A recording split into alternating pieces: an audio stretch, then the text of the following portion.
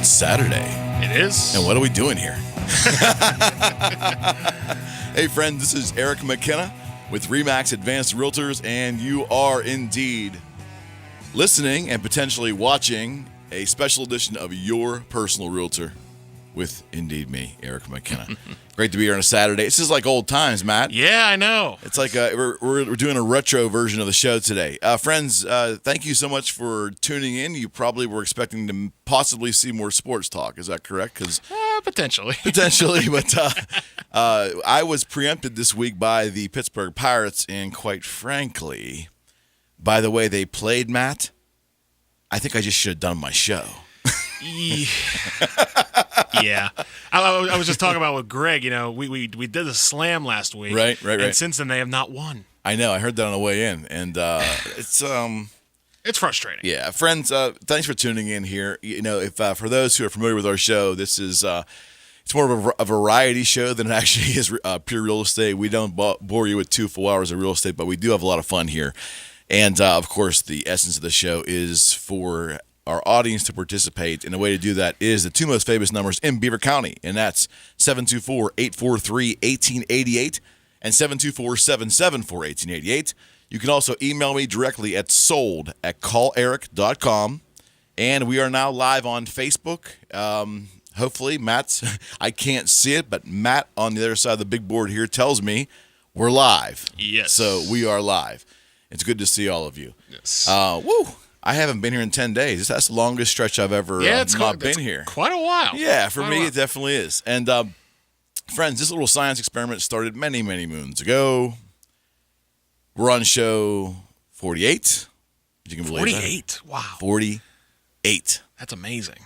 So a month from now will be show 52. Yes, that'll be the 1-year mark. Yes, and I keep saying all the time, Matt, I say this over and over again, to everyone except the person I direct it to.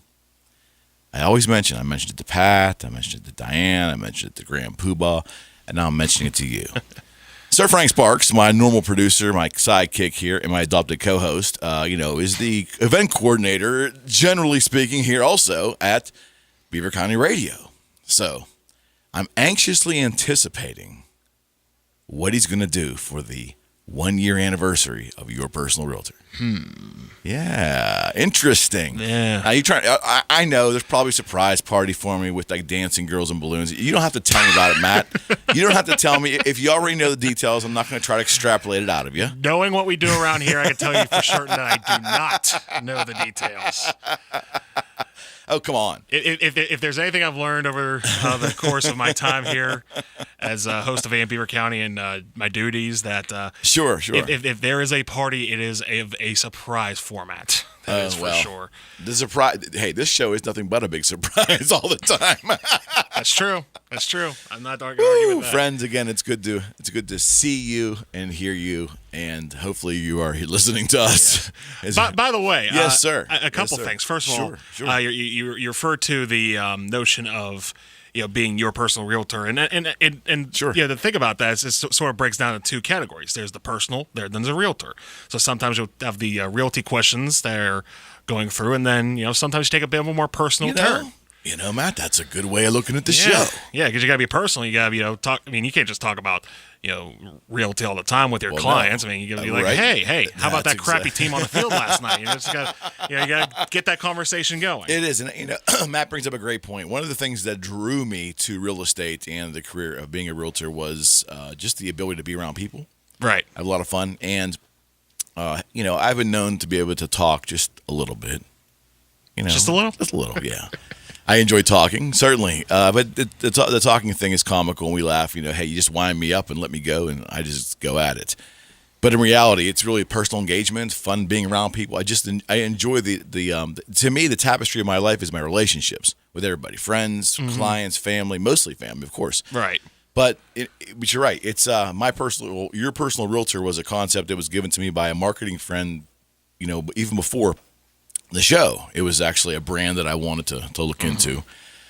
And that whole personal realtor thing is an interesting concept because I do spend a lot of time with my clients. I do, knock on laminate here. Most of all my clients became really good friends of mine, or I am still friendly with all of my clients. Right. But a lot of friendships, a lot of deep friendships have arisen from doing business and doing good business. So the personal realtor part that you bring up is, we joke a lot, but that's definitely, that's me. That is who I am. That's how I conduct my practice, and that's, I think, the best way to be a realtor. You can't be a realtor and be really truly effective and be an advocate for somebody if you're impersonal. Right. I mean, it's been done. Yeah. I mean, it's been done. I had an experience with a realtor who was, effective and certainly did his job, but that whole personal thing was lacking. So, yeah. Good observation, man. Yeah. And friends, I have the honor here of having Mr. Matt Durzik behind the big board today as my guest producer. Mm-hmm. I appreciate it, Matt. I really do. We always have a lot of fun. Matt's filled in a couple times for me prior. Yeah. We've always had a lot of fun. Matt is the resident hockey expert at this station. He takes that title begrudgingly, but he is. And there's a big, I think if I'm not mistaken, a big signing outside of the Penguins in Mr. Cullen. Am I correct? Matt Cullen, yeah. What happened there, buddy? I guess the Wild. Money? Yeah, I guess that's what it was. The Wild said, hey, here's a few more bucks, and you want to play one more year? Because I think, in all honesty, the Penguins are looking at who they had. And to be fair, I looked at the roster this morning, and the guys they had on there were, I saw 4 decent guys that they were going to use, which would be Crosby, Malkin, Gensel, and Wilson. Okay. So that, if you have those as your 4 centers, then Cullen is a bit more expendable. Sure. But I wasn't sure if Gensel was going to be a winger or not. So that's where I was sort of on the line thinking, are they really going to move him to center? And I guess that's what they're going to do. Wow. So wow. But I mean, Cullen. I mean, how many old guys are the Penguins going to let go for millions of dollars? I mean, Hainsey got a big deal for $6 million, which I don't understand. I don't either. Daly, I mean, Daly's good, but for $11.5 million, I mean, it's pricey. It's a little pricey, and I'm just thinking to myself, good for these guys. I'm glad they're happy and getting their money, but it's just what are these teams thinking? So it's like, oh, they have a cup ring. Pay them more. It's just like, that's not quite how it works. No, that's not how it works. But you know what? That is unfortunately that's a trend, and you can carry that even in some weird amalgamation. I called in earlier on the Sports Slam today talking about Le'Veon Bell, and he feels he's holding. He feels. Would you not agree? We guess he feels he's holding the Steelers hostage. He's got the position because hey, their goals of this year are going to be hampered in his mind if he's not there. Would you not agree? I mean, that he feels he has the leverage. Yeah, he feels like he's the catalyst, that offense that's going to take him to the next level, and he feels he should get more money for that. Yes, and he has a point, but at the same time, considering you still have one of the top quarterbacks and receivers in the NFL that could do just as much damage without a starting running back. Not to mention you potentially do have a starting running back in James Conner who could just easily, take up that role and say, hey, I'm here now. So, if you want to sit and mope and whine about not having enough money, I'll run the ball and get that starter power myself. I will say this, and I'm more of a baseball fan than a football fan, but right. I know enough football to be dangerous. I've watched the Steelers for a long time. I'm 51, which means I grew up in the entire 70s. I enjoyed all that as a kid. There is something intrinsically special, though, about the way Le'Veon Bell runs the ball. Oh, yeah. His style, he is, and again, I don't want to do the comparison stuff, but there is something special there. And if he didn't have that specialness, is that a word, specialness? If he wasn't that special, I'd almost be inclined to turn my cheek the other way and forget about him. Right. But there's just something there that and I'd love to see him play a full season. I'd love to see him be healthy for a full season and see what he can do. But he has that little intangible thing, especially after he gets hit the first time. Yeah. Would you not agree? Oh, yeah, absolutely. Well, he's probably one of the maybe the best in my lifetime that I've seen, been able to, look, sort of be, focused on analyzing what's in front of him.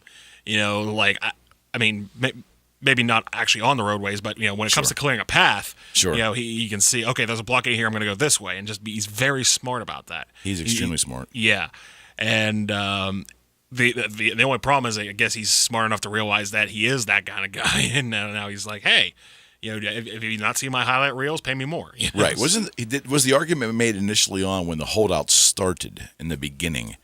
The argument was made. At least we assume this was his viewpoint. At least it was. I think it was put out there in the media that he considers himself a dual threat, obviously, because he's thinking he's catching the ball as well as running the ball. He should be paid on par with the receiver who's getting less touches, theoretically, and is a one-dimensional player. You know what? I haven't heard that argument, but that actually makes a little bit of sense to me because he does do that in a sense. He's almost like a glorified, almost like god level offensive type where he's sort of like half tight end, half wide receiver, half running back. I know that's where he has, but Le'Veon Bell kind of might be that good, right? I think. To me, there's just this nagging part in the back of my head that says, it's going to be time eventually. He's just going to be like, you know what, enough games. It's $12.5 million. I'll be able to feed myself with this money. Let's just get on the field. You can't do that with 9, right? You have to have 12. Yeah, $12.5 million. You should be all right for the season. Okay, friends. Well, thanks for being here today. And, of course, this show, today we're doing pretty much a free-for-all. And what I mean by that is the phone lines are certainly open. It's 724-843-1888 and 724-774-1888. Feel free to call in. We are certainly talking real estate as well. And yeah, we got a caller on the line. Good morning. Fair enough. You're on Your Personal Realtor with Eric McKenna. Good morning. Yes? Hello, you're on. Yep, there they go. Oh, fair enough. Anyway. call back in if you would like to try using the phone again. He may say, or he or she may say, hey, I tuned in either to hear the Sports Slam, what happened here, yeah. or I tuned in to hear some real estate because I heard there's a special real estate show and you guys are talking football. Well, that's what we do. That's what we do. Yeah. And Mark Peterson would joke with me sometimes, Matt. He'd say, you want to call it the Eric McKenna Variety Show? And I was like, no, I don't, because then nobody's going to listen. So let's give a finite topic. But friends, again, you're listening to Your Personal Realtor with Eric McKenna. I'm a realtor with RE/MAX Advanced Realtors out of Swickley and Robinson Township. My office is located in Swickley, but I'm rarely there because, yes, I'm moving around, working and hustling. That's what we do. I work in Allegheny, Butler, Beaver, and Washington County. And, of course, when I say Beaver, it should be the last I say because this is Beaver County Radio. Right. Yeah, say the best for and last. And we love it down here. The best for last indeed. All right, friends, we're going to go to our first break here. I got to go whip my whistle and get some other things done. We're videotaping and audio taping and all kinds of good stuff is happening. If you're listening to us here on WBVP and WMBA in the wide area coverage of Beaver County Radio, thank you for making us a part of your Saturday. For those of you who are watching on Facebook Live, thank you for tuning in to this unusual time slot for us. I'm Eric McKenna, and we will be right back.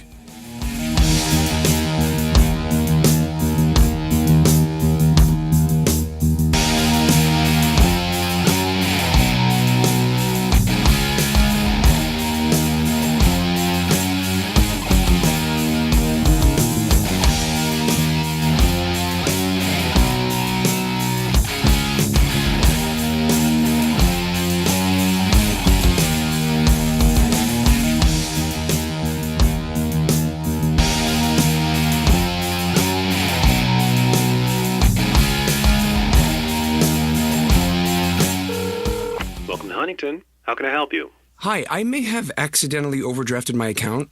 What can I do? As a Huntington customer, you get 24-hour grace if your account is overdrawn. Just make a deposit by the end of the next day to make it right. Then we'll waive the overdraft fees. That's perfect. Do other banks do that? Let's call one and find out. Thanks for calling the bank that cares that you think we care about you. Hi, so if I overdrafted by mistake, what can I do? I'm here to help. Just pay a $35 fee and you're done. $35. Can't I just put more money in to cover it? I can see your $35 is important to you. Don't worry, we'll take good care of it. We have climate-controlled vaults. Most banks say they care, but Huntington is the only bank that has 24-hour grace if you overdraft. It's just another way we're looking out for you.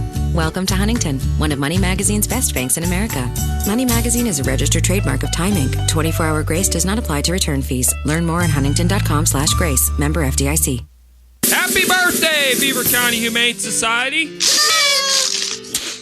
It's time to celebrate the Beaver County Humane Society's 65th birthday this Saturday, August the 19th. 1230 WBVP and 1460 WMBA will be broadcasting live from the shelter on Broadhead Road in Monaca with a big birthday bash you just don't want to miss. We'll be there from 1230 to 2:30 with free birthday cake for everyone, plus food, raffles, door prizes to win, and of course there's animals to adopt. It's the Beaver County Humane Society's 65th birthday party at the Humane Society on Broadhead Road in Monaca this Saturday, August the 19th. Congratulations to the Beaver County Humane Society on 65 successful years of serving people and pets. This special remote broadcast on WBVP and WMBA is being brought to you in part by Marvel's Restaurant and Tavern, Attorney Michael W. Nally, the Beaver Falls Beauty Academy, Laura's Loving Pet Sitting and Walking Services, and of course Beaver County Radio, 1230 WBVP and 1460 WMBA. Beaver County's hometown radio stations, 1230 WBVP and 1460 WMBA.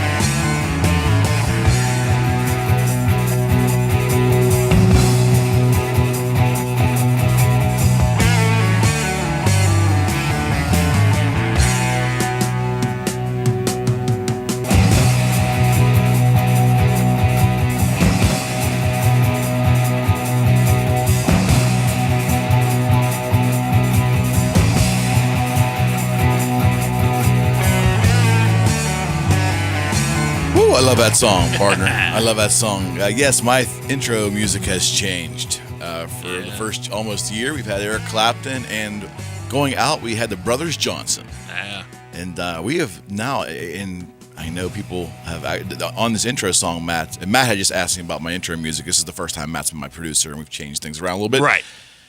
So on the way home, after we changed the music 2 weeks ago, I think it was, on my way home, I got a text from a buddy. He goes, "Hey, you playing Black Sabbath on your radio show?" And I go, yeah, actually. How about that for a little bit of a change, huh? And honestly, if you had played that for me and asked me what band that was, that would not have been my first guess. That is a song called Spiral Architect, and it's very un-Sabbath-like. Yeah. You know, it's upbeat almost, and it's got a really cool vibe. Almost like a darker ELO almost. Somewhat, yeah. And it's a song that I liked as a kid, and I really like the center of the song. That's why we kind of spliced it like that. And then the other song going out, a little darker, one of my favorite songs growing up too. A little darker theme called Heaven and Hell. Right. But hey, we're deviating once again. Friends, you're listening to Your Personal Realtor with Eric McKenna. We're hitting everything today, Matt. Music, sports. Let's talk up. No, we're not talking politics today. Please. No politics. No, this is not. This is the this weekend. This is not Teleform. This is the weekend. It's time to party. Let's put that on the side for now. Just a question for Matt. Matt is the AM host of this station. Now, what is the show after you was Teleform, correct? And Frank Sparks. What is the name of your show? The name of my show is AM Beaver County. Cool. Yes. Cool. Now, and are you on from 6 to 9? 6:30 to 9. 6:30 to 9. Yes. That's awful early. Yeah, I've gotten used to it. In fact, the last couple nights I've actually woken up. Well, last couple mornings I've gone to bed at 9 and woken up at 4, and it's just like, what has happened to me? How old am I? I don't know, partner. Yeah, the funny part for me is the older I get, the more I want to sleep in. Yeah. Yeah, I mean, it's funny, too, being a realtor, I get asked this a lot, because here's the thing. I run my realtor practice very publicly.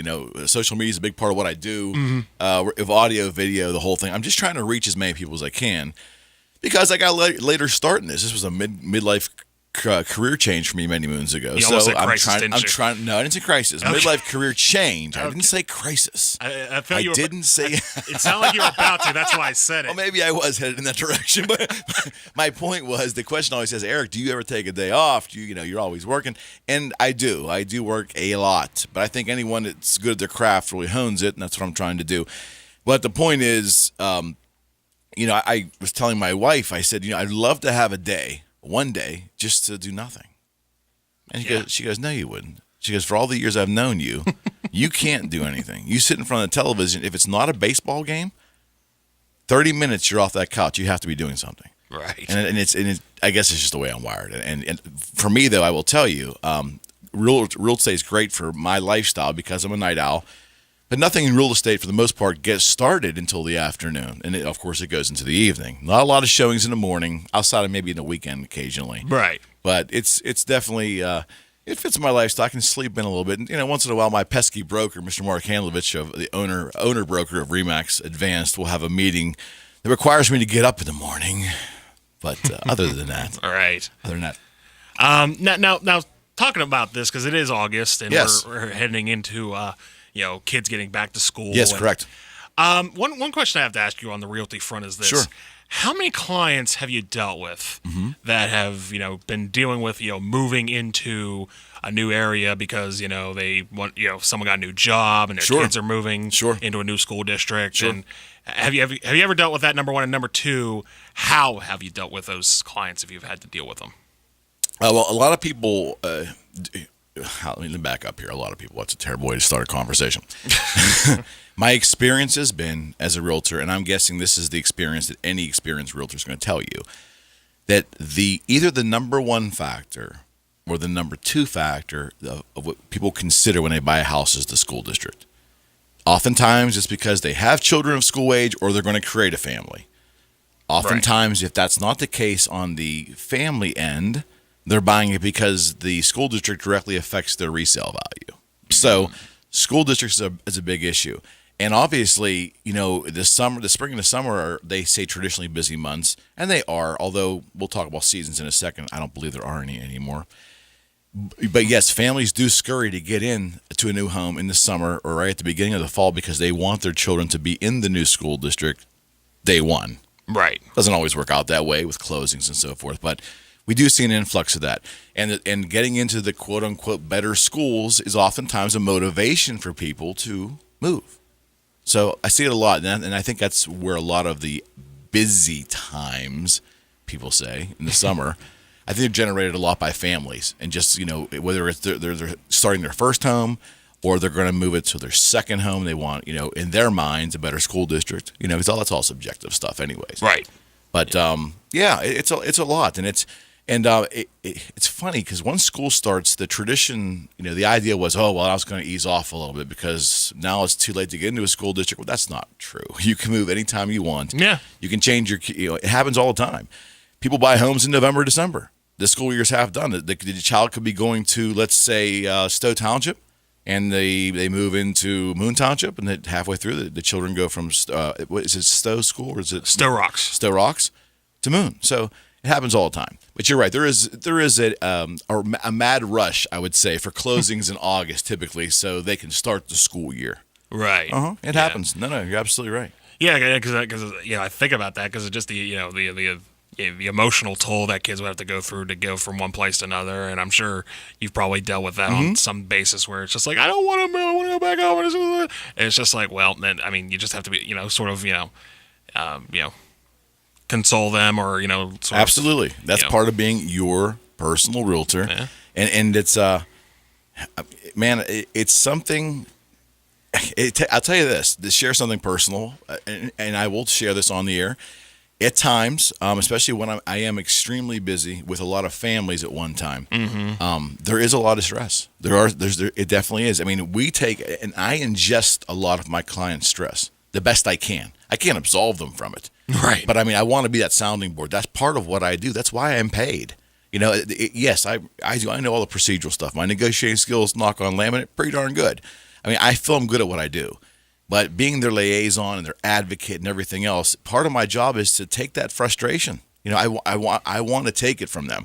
Again, even if I can't solve it, I am a receptive ear.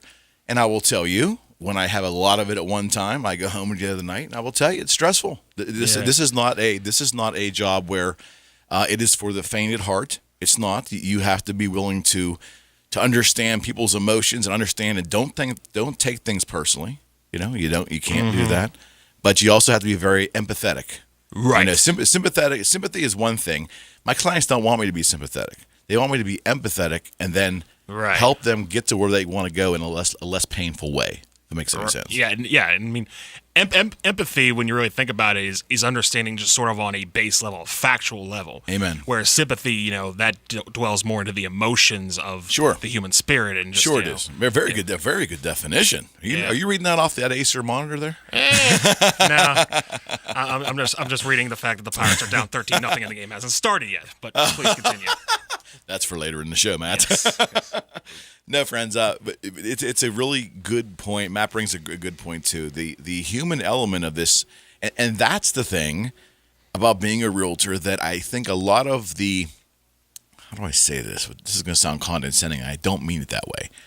a lot of the age I'm talking about, younger agents that maybe don't have enough life experience yet. They're either out of college or maybe they had a job and they want to make a change. And I'm not going to say 26 and below or 30 and below. I'm just saying if you don't have a lot of life experience yet, and I don't mean work experience, I'm talking life experience, dealing with a wide variety of people in a wide variety of circumstances. Mm-hmm. If you don't have that, you can learn it, and you'll learn it fast in realty. That's for darn sure. But but until you have that, I think understanding the differences, Matt, between sympathy and empathy is harder for a younger person that hasn't had the life experience yet. I honestly believe that.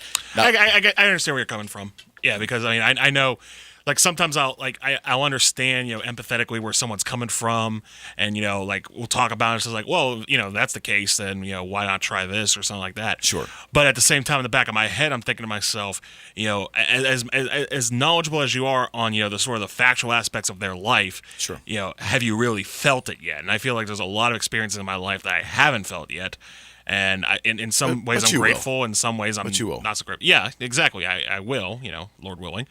And it's just a matter of how when you're down, when you're without words, what's going to come across? Like when you're not going to have anything to say or can't say anything, how are you going to feel in that moment? Sure. Let me tell you about a couple that I had. It was probably about 2 years ago, and they had a house that was out in Burgettstown. Beautiful house. I mean, beautiful. And it was it wasn't what you consider to be ultra rural. I mean, it was in a planned, somewhat of a planned community there. I'm not going to identify anything here, obviously, that we're talking anonymously. Right. But they were basically two girlfriends that grew up together, and one had met the man of her dreams, and she was going to leave, and they had to sell the house. But they actually were best friends in college, and they came out and they worked at the same company. It was really unique. And they said, listen, until we get our lives started, why not just buy a great house together? And they did. When we looked at the house, and I wasn't part of the purchase transaction. This happened many years ago. But now I came in on the back end as one of them contacted me about helping them list their house. So when I sat down with them and we talked the whole thing through, and of course, this isn't how I presented it to him, but the reality was that it became very apparent to me, even going back to their purchase date, they overpaid for the home. So, and they had done some phenomenal upgrades in this house. I mean, phenomenal. I mean, the countertops to die for. Amazing stuff. So we looked at comps out there, and we did the review, and I presented all these ideas, but basically the price that we had it up there was a little aggressive, and that's what they wanted to do. And if it's around where I think it should be, I'm okay with that. If it's too far out of bounds, I won't take the listing. I've talked about that on prior shows. I don't want to be, I don't want to be a realtor because I'm not helping you, and I'm not helping my own reputation for having something priced $50,000 higher than it should be. Right. But if it's right in the ballpark and it's an appraisal range, we'll do it. Well, the emotional part of this whole thing came because they typically had the finest house on the block. Now, in the block out there, I mean in the plan. So for a good 3/4 of a mile in each direction, there were some nice houses. They were sharp-looking houses, well done, nice, similar lots. Okay, it was like an acre and a half. The point was they had the best house in the area. Okay, but they could never get the house because it was the best house in the area. It didn't price to the level that they needed it to, and we had it up there for 2 weeks. Then it was 4 weeks. Then it was 6 weeks. Then it was 8 weeks. The point was the frustration level was getting high. It was getting very high. And I remember going in and talking to them, and there were times like we would talk about adjusting prices. We looked at different things we could do. We painted a couple rooms differently. We listened to other agents' feedback coming in. I tried my best, but I remember being emotionally, when we were done, we sold it. They sold it for less than they wanted it to. They wanted it to be. I mean, that's just natural. It happens. But I remember when we closed, they were happy to close, and it was good. And they're still very good friends of mine. And I hope you're listening, Lisa. I hope you're listening. But thank you, by the way. I remember getting in my car and being so emotionally drained from this because I was not handling it right as a young agent. I wasn't handling it right. I was taking too much of it from a sympathetic viewpoint, not being more empathetic and keeping the understanding that I can't feel the same pain as I was trying to feel their stress. I can't. It's not humanly possible, right? I cannot feel your problems, right? But I can listen in an empathetic way and try to find solutions. So it was a learning experience for me. But I remember being so emotionally drained when we closed. I went in the car, and I would tell you, I was on the verge of tears myself. I was not because I was happy it was over. It was just such a relief. So to say that we don't get involved or I hear this all the time. Realtors make all kinds of money. You guys just show up, flip a couple papers and, collect checks. No, it's not that way. No. A good realtor is going to be involved to the point where it can't even take an emotional toll on us. That's happen. That's happen. Yeah. And it's a good thing you did, tell that story because, I know that if anybody were struggling on that front, it would just be it would be immense to deal with people who anytime you're dealing with anybody whose, expectations aren't what you're able to give them. Correct. It's monumentally frustrating. It is. So. And again, we are dependent upon what the market will bring. It's as simple as that. I can't create a market. I can actively market in there and hope to attract the right buyers. But again, the market will dictate what something's worth. We have a call? Yes. All right. Good morning. You're on Your Personal Realtor with Eric McKenna. Hello? Yes, you're on the air. Hey, Mr. Realtor Man, I'd like to ask you a question about the upset sale prices that I see listed in the Beaver County Times and how that compares to a sheriff's sale, and what would I have to do to go through to take a chance on buying one of these houses? Sure. I personally, seriously, let me just I'll tell you what I know. I don't work with foreclosures. That's one thing I do not do. There are specialists that do that. The two kind of foreclosures or distressed property circumstances I'm aware of are bank-owned properties, which generally the bank may be connected with an agent, and those properties actually make the multi-list.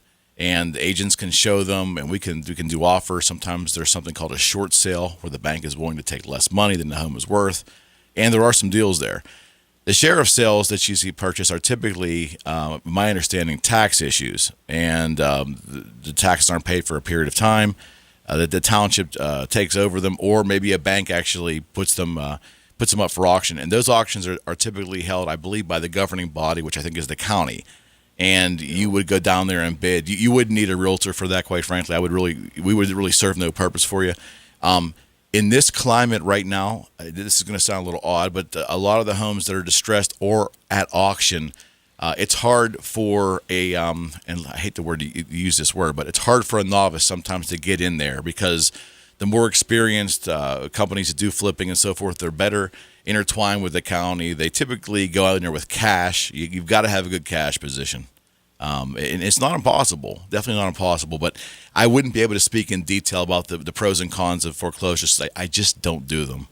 So I apologize. Okay, well, I'd just kind of like to know a little bit more about it. Sure. Here recently, at my neighbor's house, I'm looking in the paper for upset sale, and they owe like $2,700 on it.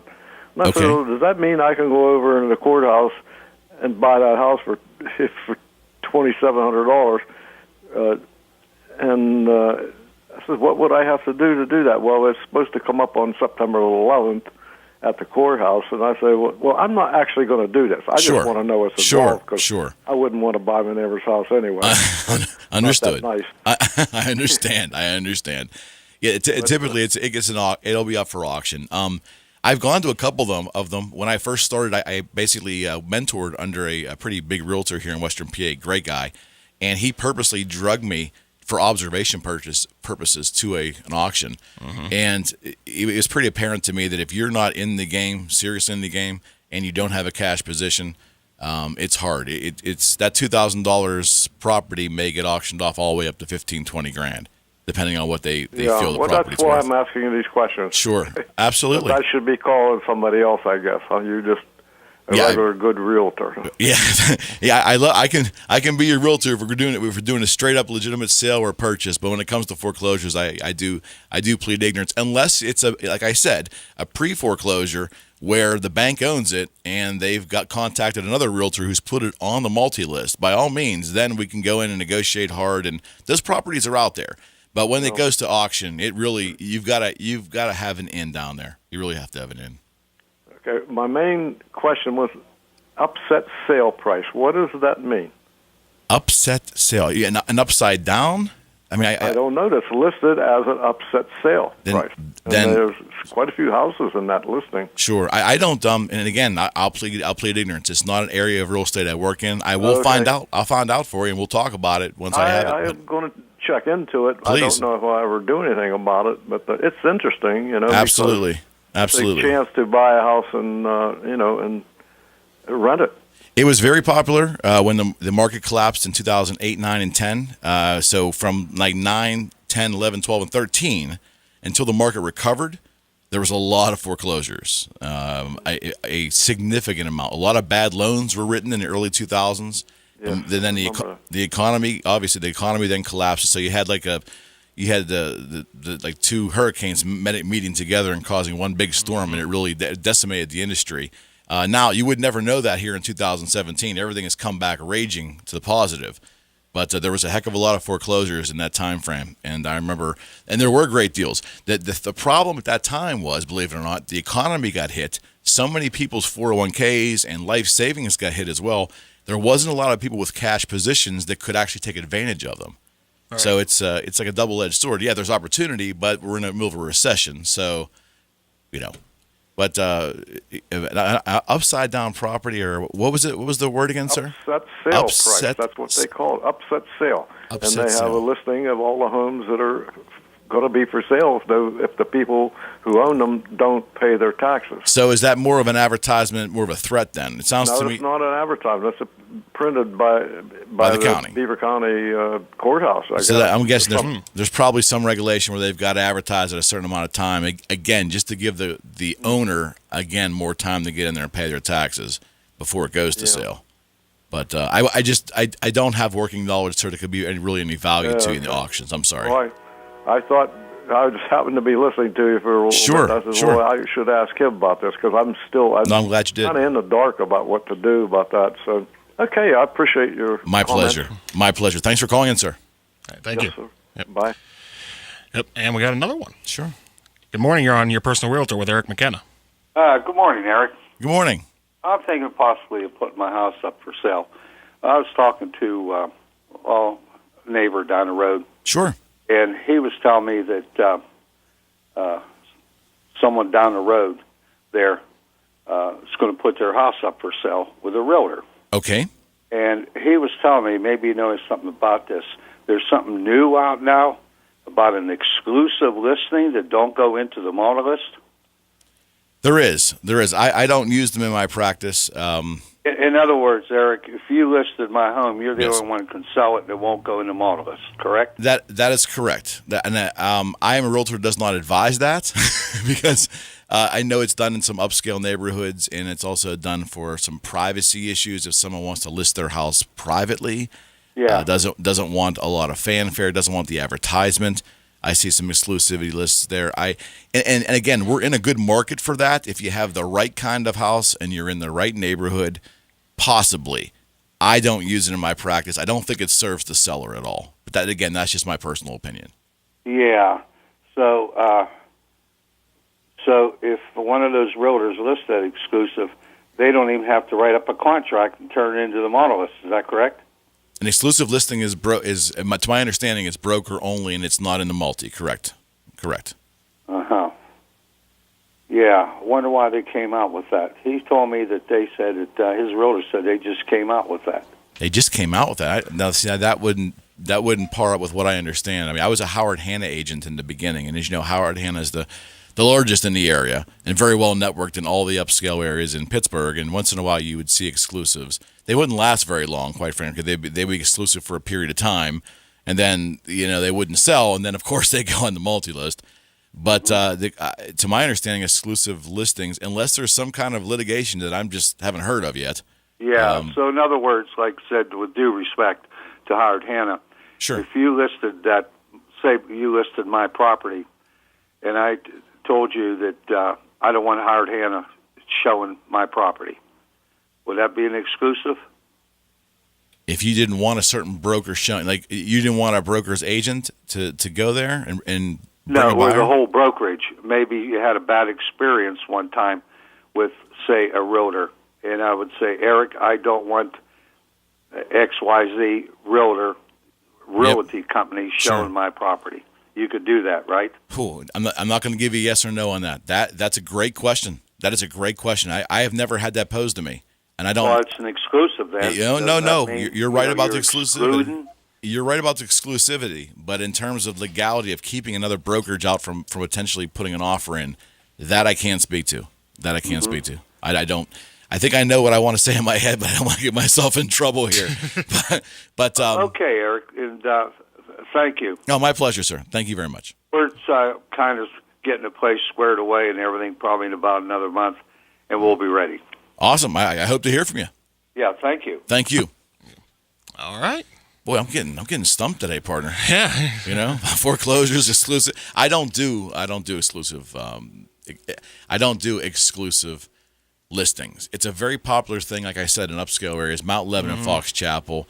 And I'm not stereotyping here. I'm just stating those upscale homes are so beautiful and so worth so much money. Oftentimes the homeowners want to be very certain about who's showing and who's actually coming to see the house. Right. Yeah. But I don't particularly see advantages of that. I mean, the multi-list is there for a reason. That is, look, you want to sell your house.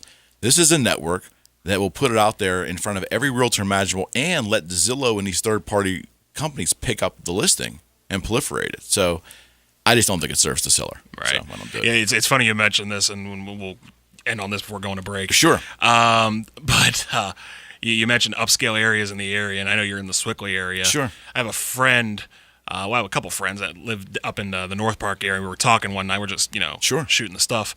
And we were sitting there, and we were mentioning, I guess, that, about Sidney Crosby, who lives up in Edgeworth. Sure. And she was like, let me tell you something about Edgeworth. Edgeworth, is basically like Swickley, except they look down on Swickley. And I was just like, what? How does that even happen? And I have to watch what I say too. I work in Swickley. My office is there. And we have a minute before I go to break? Yeah. Okay. Go ahead. I love my brokerage. We're RE/MAX Advanced Realtors, and we're in Swickley. We're also in Robinson Township, and there's a great synergy between our two locations. But I work in Swickley. I am a river rat from Coriopolis. That's what I was raised there. Right. I've moved. I've lived in Mount Lebanon and Moon. I've lived other areas, but then I came back a couple years ago. My story is pretty well known. I bought a Victorian down there, and my wife and I have been fixing it up, and I'm back in my hometown. Right. But I work in Swickley, and it's a light years away from Coriopolis in terms of just, everything from home values to culture to everything. Mm-hmm. But I work in Swickley because it's close for me. Right. I don't really market in Swickley. I'm not really intertwined in there. Oh, I can do a great job if I get a Swickley listing, or if I have a Swickley buyer, I take them there. But I'm saying I'm not entwined in that community like a lot of the rest of our brokerage, for the most part, outside of me, they are. And it's amazing how that Swickley Heights, Edgeworth, is it Edgeworth, correct? Edgeworth, yeah. Yeah, that whole area is very interconnected, very parochial, and they all kind of know each other, and it's very heavily relationship based. And it's not conducive to the full out marketing that I do, where I'm trying to reach as many people as possible. So, but I like it over there. The people are, you hear, they're stodgy. No, they're not. People in Swickley are beautiful. They're wonderful. They treat me great. And you know what? I think about wherever I go. I take the best and I leave the rest. So there you go. There you go. That's how All it right, works. friends, you're listening to Your Personal Realtor here on Beaver County Radio. I am Eric McKenna with my great friend Matt Dursick, and we'll be right back.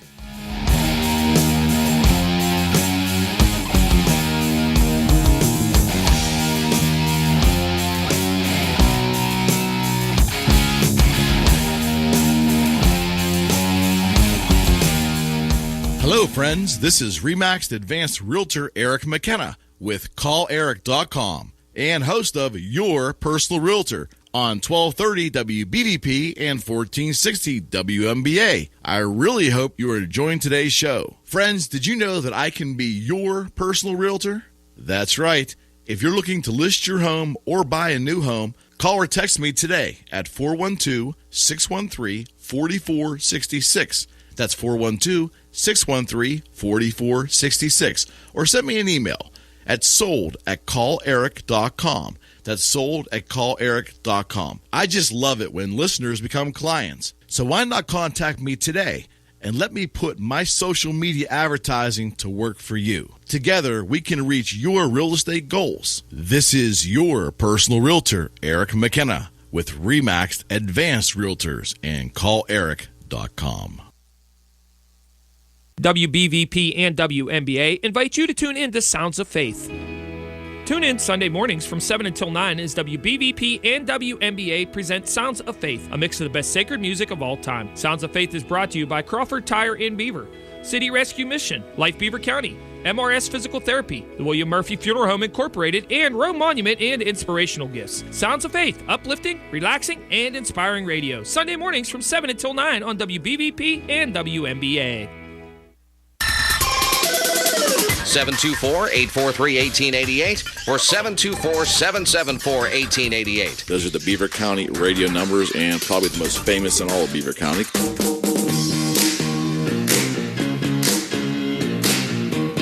What is this now? This is Todd Rundgren? No. Yeah, Todd Rundgren. Yeah.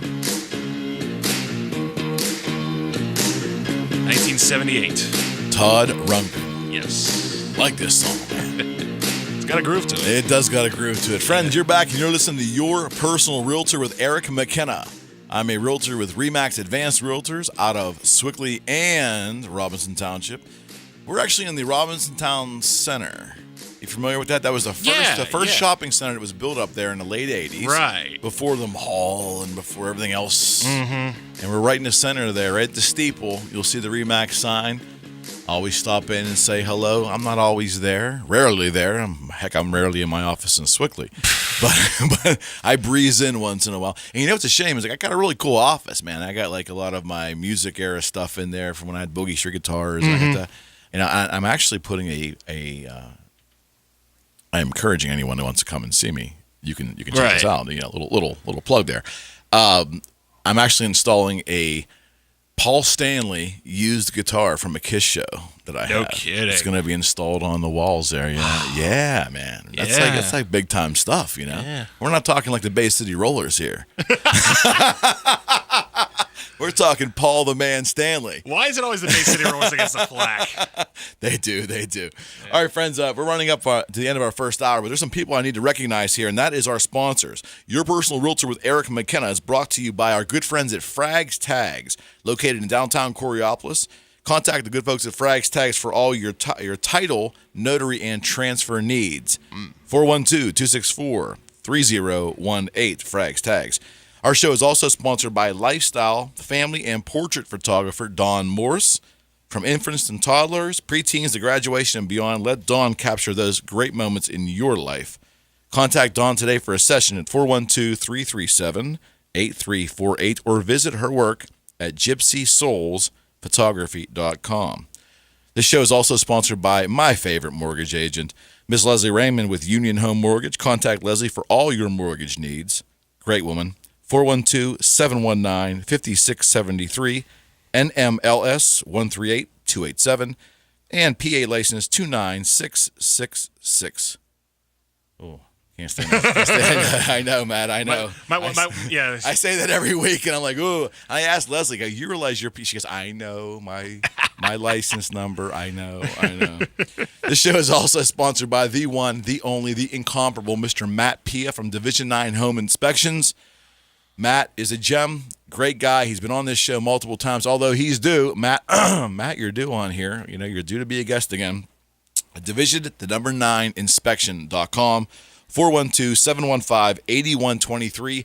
Questions about a home inspection or a pre-listing inspection he offers, give Matt a call, 412-715-8123. That's Matt Pia, Division 9 Home Inspections, one of the finest in the Valley. This show is also sponsored by my good friend and fellow Swickley business owner, Mr. Diamond Dave Bishop, with Big Bang Comics and Collectibles. That's right, Big Bang Comics and Collectibles. Visit Dave and get your inner nerd out. He has a fantastic shop on Broad Street in Swickley. You can reach Dave at 412-259-8742. Again, 412-259-8742. We've had a new segment on the show, and if Dave remembers today, you know, and who knows if he does, he's pretty busy. But 10 after the second hour, he usually calls in and tells us what is the specials of the week down there. So he's always fun. And my last sponsor before we go to our next call is a great guy, Chris Moser Electric. That's Chris Moser Electric. Whether you need a new service or you have any electrical concerns in your house, and he even does commercial work, fully insured, and what a wonderful guy at extremely fair prices. Chris Moser Electric, 412-292-7455, 412-292-7455. We have a call? Mm-hmm. All right. Good morning. You're on your personal realtor. Good morning, Mr. Eric. How are you today? Miss Deborah, how are you? I'm doing good, I got a friendly phone call. Uh-huh. Good. I was hoping for a friendly one. Unless you're going to yell at me. So you say I'm friendly, huh? Unless you're going to yell at me, one of the two. I'm not sure. Let's see. What should I yell at you about? I don't know. There's Let me probably think plenty of reasons to do so. Not really. Hey, listen, you and Matt were talking about the Robinson Town Center. Yes, ma'am. When Yes, it was ma'am. built back in the late 80s. Yes, ma'am. And I remember when we used to go to Farmore up there, right? Oh, yes. Oh, yes. Yeah, that was a good store. Well, you're a realtor, and I have a question for you. I play one on television. I don't, huh? It was a joke, Deborah. That old recycled line, really? Yeah, you said I'm a realtor. You play one on TV. I said Okay, I play one on TV. Go ahead.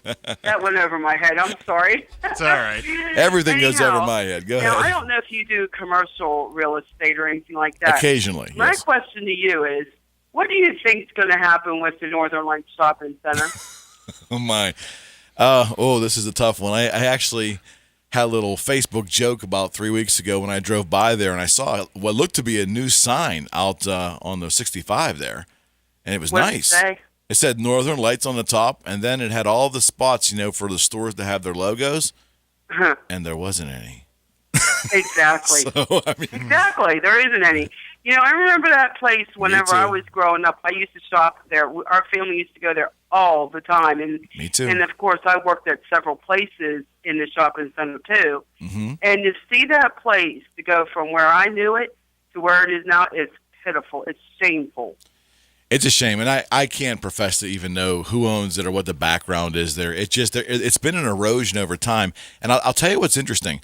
When I first started to do this show, and as a matter of fact, I think it was even before I did this show, I drove down and had lunch with I even forgot my producers. Frank. Yeah, Frank. That Frank guy. Yeah. So when I had lunch with Frank and Mark Peterson to really design the show, and man, they took me someplace nice. The food was good. But when I was driving home on 65, I'm thinking to myself, whatever happened to that Northern Lights place? And I actually sought it out. I had driven past it, and I went back and looked for it. And when I found it, and I looked back there, I was like, you got to be kidding me. This place was one of the most... I remember, going Christmas shopping there with my parents, in the 70s, and it was a really cool place. Deborah, I wish I had better news for you, but I just don't have any info. I wish it would come back. It'd be nice and vibrant. Well, I and good. hear they're going to tear down some of the parcels there, but whatever they're going to put in its place, I don't know if they're going to think about condos or restaurants or hotels. I don't know, but I'll tell you, that makes me sick whenever I go past it. Yeah. Well, we're up against the break, Matt. Yes, we are. So, Deborah, please call back. Thank you, Ms. Deborah. Hey, Thank you so have a much. good day, and God You bless. too. All right, friends, you're listening to Your Personal Realtor with Eric McKenna on Beaver County Radio, 1230 WBVP in Ambridge. Excuse me. Excuse me. In Beaver Falls and Chippewa, and 1460 WMBA in Ambridge and Neville Island. And it is now time for Town Hall News. There you go.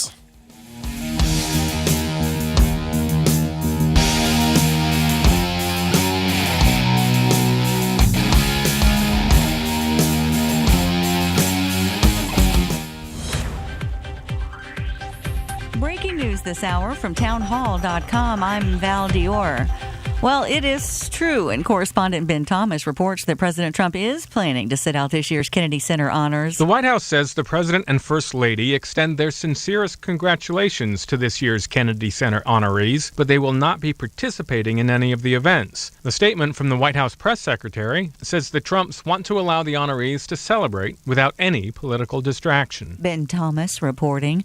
Authorities say a suspect in the fatal shooting of a police officer in Florida and the grave wounding of another officer officer has been arrested. Kissimmee Police Chief Jeff Odell says Everett Miller faces a charge of first-degree murder for the killing of Officer Matthew Baxter and could face other charges for the wounding of Officer Sam Howard, who were in an area known for drug activity when they were shot. There may have been some type of a scuffle that ensued, ultimately ending in the shooting, taking Officer Baxter's life. That is Chief Jeffrey Odell. 2 officers were shot in a separate incident in Jacksonville, Florida. That suspect was shot and killed. President Trump wrapping up his meeting with his top national security aides at Camp David as they try to formulate a winning Afghanistan strategy. After 16 years of war, the officials and the president weighed options for breaking a prolonged stalemate in the fight against a Taliban insurgency. There was no immediate word from the White House whether the president settled on a single course of action or asked for more deliberations. And Spanish authorities pressing their search for the supposed ringleader of an ISIS cell that carried out vehicle attacks in Barcelona and in a seaside resort that left 14 dead, over 100 injured.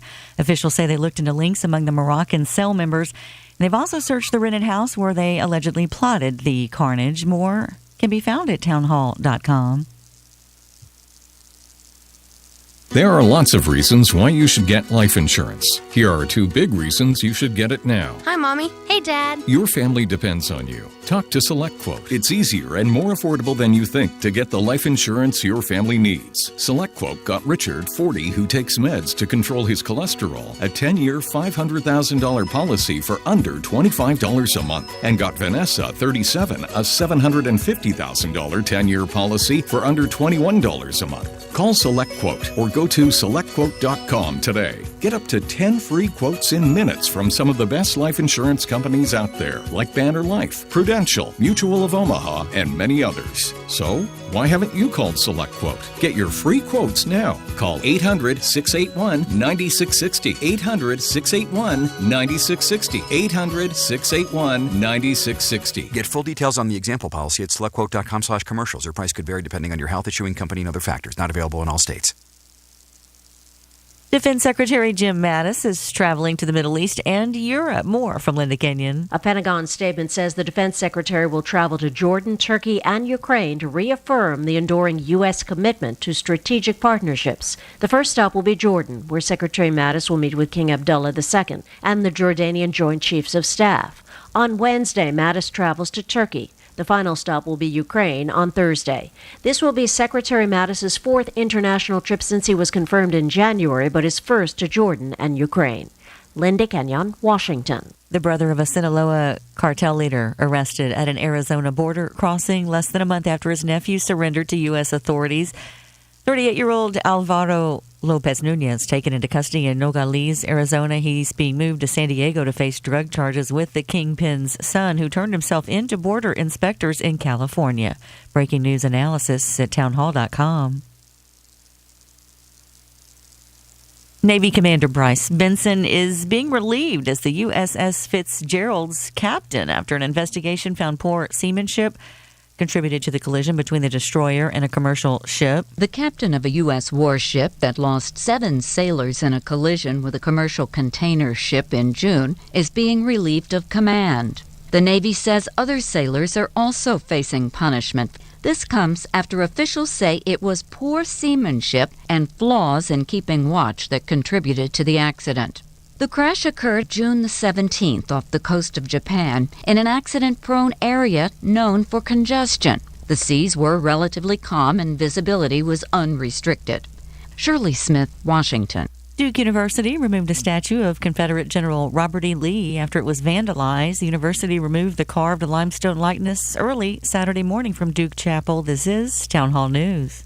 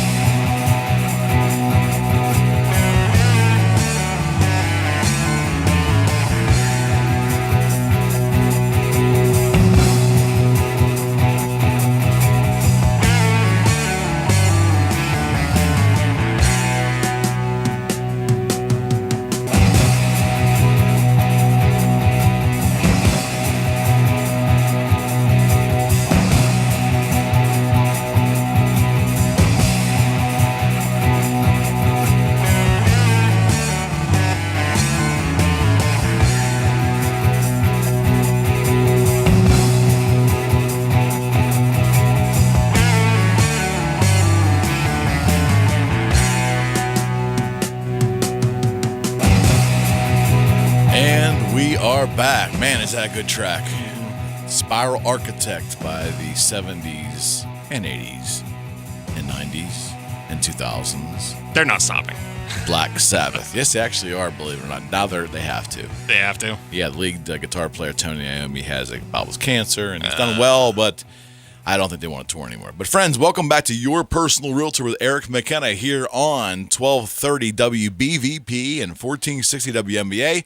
I am here with my good friend and my guest producer today, Sir Matt Durzik. Entitlement. I like it. Entitlement. You've earned the Sir designation, indeed. Friends, one of the sponsors of the show is Diamond Dave Bishop with Big Bang Comics and Collectibles, and we have a segment where he calls in 10 after my second hour of every show, and I think Dave's on the line. He is. Dave, what's up, my friend? What's happening, guys? How are you? Just swell.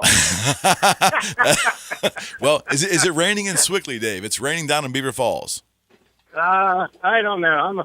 I'm actually not at the shop today. I'm doing a little packing. Oh, that's right. Dave is also Dave's not. What was the hair club for men thing? Dave's not also a friend. He's a client. He's a client. Yes, indeed. But we're not talking hair club, although you and I both could probably use that, Dave. But well, I've given up on that. Yeah, that's not in our future. That's not in our future. Okay, so what's going down at the shop today at Big Bang Comics and Collectibles in Swickley? What is the deal? The daily Diamond Dave deal. The deal of the week is, to kind of continue with what we did last week. Sure. The Walking Dead medium Lucille baseball bats, the foam rubber bats. Right. And so it's something we got in this week, which is pretty cool. We got it's the Walking Dead Lucille ballpoint pen.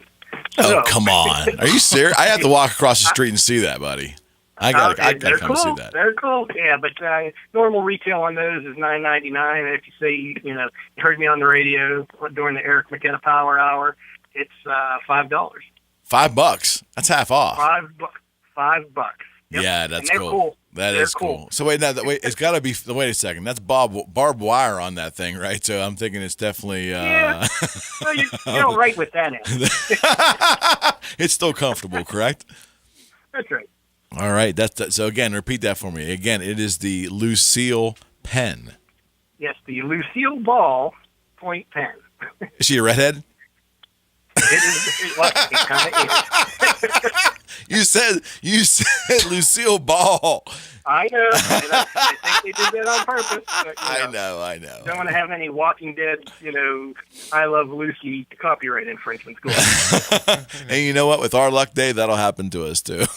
I'm sure we'll get a letter. All right, friends. This has been the Diamond Dave's Deal of the Week at Big Bang Comics and Collectibles in Swickley, and it is a half price off Walking Dead Lucille pen. That's right. That's correct. Walk in that store, tell them you heard it on the radio. Preferably say you heard it on the Eric McKenna Power Hour on Your Personal Realtor, and Dave will honor that for you. Thanks, Dave. I appreciate it, buddy. And we'll talk to you again next week. All right, pal. Thanks. Bye. All right. There you go, man. I mean, Frank's dying to get down there. His wife doesn't want him to go because he's going to spend more money. It's such a cool store, though. And I was never a big comic books, fan growing up, but I love the movies. And when I walk in there, I'm just like, wow. Wow. All right, another call? Yep. I believe this is Uncle Charlie on the line. Good morning, Charlie. Good morning, gentlemen. Morning. How are you, sir? Eric, in empathy for you, I slept until 9 o'clock this morning. In empathy, I think you'd almost want to give me sympathy in that regard. Well, I can't give you sympathy because you said you're in your 50s and I'm past the middle of my 6th decade. Oh man. So I'm very selective who I dole out sympathy. Yeah, you got a good point there. I'll carry that tradition when I start talking to the 40-year-olds I'm going to be with later today. So there you go. I'll carry that on. Three real quick points. Sure. You mentioned Tony Iommi from Black Sabbath. Oh yeah. I had big fan an of his. ex-brother-in-law who was a dope, and he could tell you who carried the spit bucket on every movie set that was any movie that was ever made. He knew the whole cast, who the grips were. Very cool. And Very it was cool. during the Black Sabbath area, and we were listening. He says, "You got to listen to this song. They got this guy that could really play the guitar." Right. Right. I said, you know who the script boy was on this movie, but you don't know who Tony Iommi is. So it just goes to show you we're all different. That's what makes life interesting. If we were all the same, it would be pretty boring. Everybody'd have the same kind of house, you know. Oh, man. You are so right. Before you give me number 2 and 3, let me tell you something. I went out to speak to a client about listing a home. And it was one of those, it was a potential new client. It was a extremely nice home and very conservative people, my perception was. So I kind of dressed accordingly, which means I actually put a tie on, if you can believe that or not. And I never wear ties. By the end of the night, we were drinking beer, and they wanted me to tell them Kiss stories from the years I was working with the band. So you just never know. You cannot pigeonhole or stereotype people at all. I would never. And you were in the studio one time, but you were out of earshot. Sure. And I talked to Frank, and I said, listen to you talk about lacquer finishes on custom electric guitars and Black Sabbath. I expected you to have, like, hair down to your belt and a big beard and a mustache. And I looked you up on the Internet, and you look like the guy on the Mr. Clean model. Yeah, now, wait a second. Come on now, man. I thought you were going to say. I mean, I don't mean that as a slam. I know. I like Mr. Clean. I use it all the time. You know, Wait, I know that I'm a clean-cut guy, but that I have to be Mr. Clean with, like, there's like a pirate or something. He's got a little earring. You get the little hoop earring. Well, now we know what we're doing for the Halloween show. Said, I'll throw out a little verbal barb at you. Sure. You were talking about repossessed houses, and this story popped into my head, and honest to God, let's hear it. I hadn't thought about this for 25 years. I worked on the tornado cleanup, and I believe it was 1985, and I worked for the city, and I got permission to take our end loader out, and I was helping people try to put their lives back together. Okay. And I have called the talk show different times and related that I saw people at their very best, and I saw people at their very worst. I saw everything from people that were out there, and it was a hassle. You had to go through National Guard clearance to get in and out in morning and night, as it should be, because the looters had been bad in the beginning. Right. And I saw people that were out there from morning till night and doing wonderful things and trying to help people. And you had no idea when you would go onto a property. A lot of the houses were dark and unoccupied because the power had been knocked out, and people had to move into hotels or whatever because their house was damaged. And I don't remember. We did North Sewickley and Marion Township, but I'm thinking this particular home was right at the edge here of the North Sewickley border. Okay.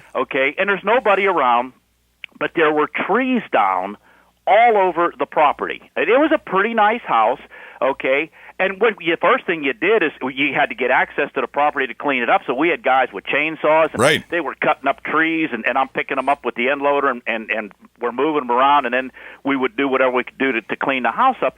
Well, a guy came up to me, and at the time I was heating my house with a wood stove, and I didn't get a stick of firewood out of the whole thing because I was too busy, loading it for other people. Right. And this guy come up to me, just a guy like you and me, and he says, do you care if we're cutting these trees up and we're taking them to dump them? And he says, do you care if I take this for firewood? Absolutely not. You're helping me, man. Here, let me help you put it in your truck. Sure.